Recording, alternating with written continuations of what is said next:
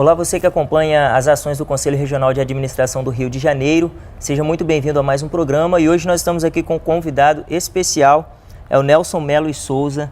Nelson, seja muito bem-vindo ao nosso programa. Muito obrigado, um prazer para mim estar aqui com vocês, com esse conselho tão bem dirigido, tão bem levado, tão bem conduzido, com tanta competência, é sempre um gosto muito grande, né? E o Nelson, toda essa trajetória dele, o levou a ser membro da Academia Carioca de Letras, que é atualmente membro, é chanceler e vice-presidente da Academia Brasileira de Filosofia e membro da Academia Brasileira da Ciência da Administração. Isso. Qual o papel fundamental do administrador na história do Brasil, que o senhor avalia? Olha, nenhuma sociedade, desde o Neolítico, pode funcionar sem gerência, sem administração. Você pode ter a questão administrativa formalizada e teorizada e pode não ter apenas como desafios da vida, né? Mas desde o início que tudo tem que ser administrado, né? As únicas sociedades que eu conheço que não têm propriamente administração estruturada são as nômades, as guerreiras nômades.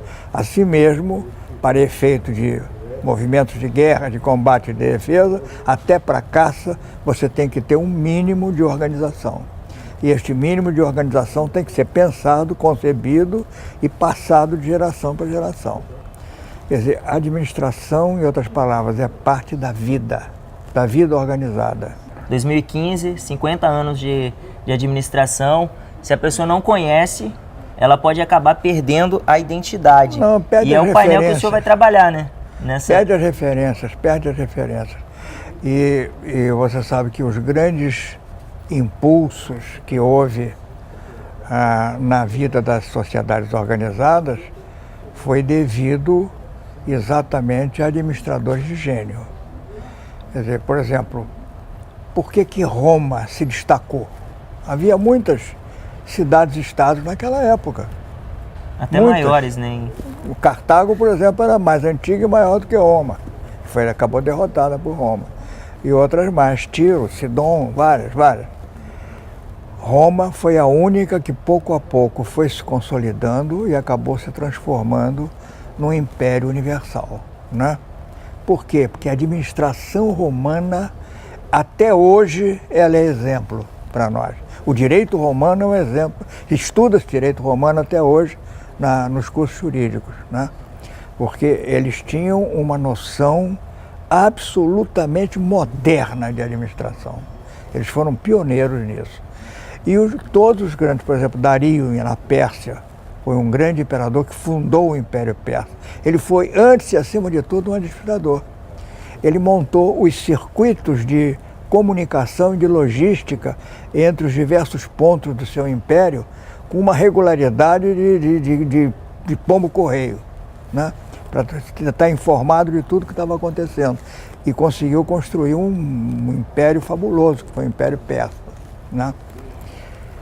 Da mesma forma, qual foi o grande mérito dos grandes imperadores mongóis?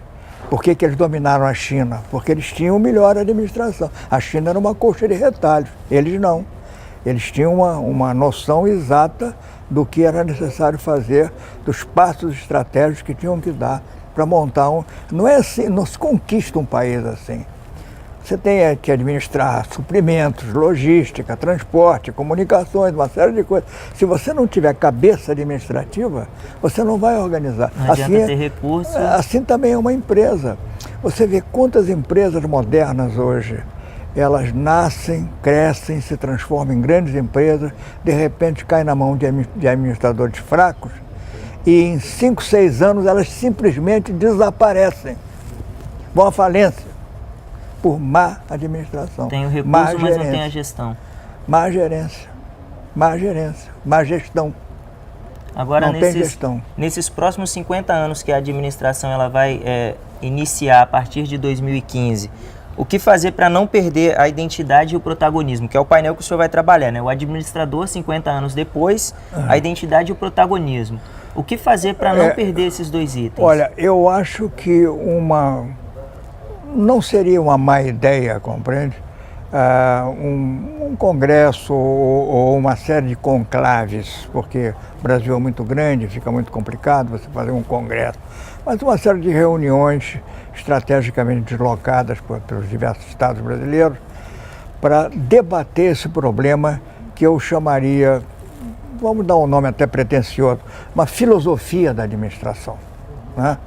Que envolve tudo isso, da importância da administração, do que significa isso para a vida organizada. Quer dizer, isso não é brincadeira.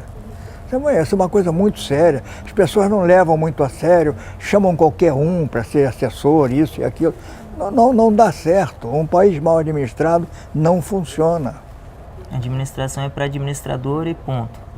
É para pessoa competente, compreende? Eu resisto um pouco a achar que só a pessoa que passa por curso, mas alguma formação tem que ter, lógico. Agora, tem que ter também uma certa vocação, uma certa... Né? Não pode se aventurar. Não pode ser um doidivana, não pode ser. Achar que só pelo carisma social, porque é um bom orador, porque é isso, porque é aquilo, vai ser presidente ou administrar um país, não dá. Nelson, muito obrigado pela entrevista, um prazer conversar com o senhor. Não. Como diz o Wagner, é um almanaque vivo, conhece tudo, isso? tem muita história, muita experiência, é uma referência para os administradores, para o presidente lá do conselho. E parabéns pela carreira de sucesso. Obrigado. Muito obrigado pela entrevista. Obrigado, e eu agradeço muito, principalmente ao Wagner, que é um companheiro muito querido mesmo. Fui muito amigo do pai dele, do Belmiro, e são pessoas dedicadas, desde anos que se dedicam somente à administração e à melhoria da administração. Então vocês estão muito bem entregues e eu é que agradeço essa gentileza. Muito obrigado. Perfeito. E você que nos acompanha, essa e outras entrevistas importantes para administradores, estudantes, tecnólogos e administração de uma forma geral podem ser conferidas na TV do CRA-RJ. Muito obrigado pela audiência, fique bem e até um próximo programa. Tchau!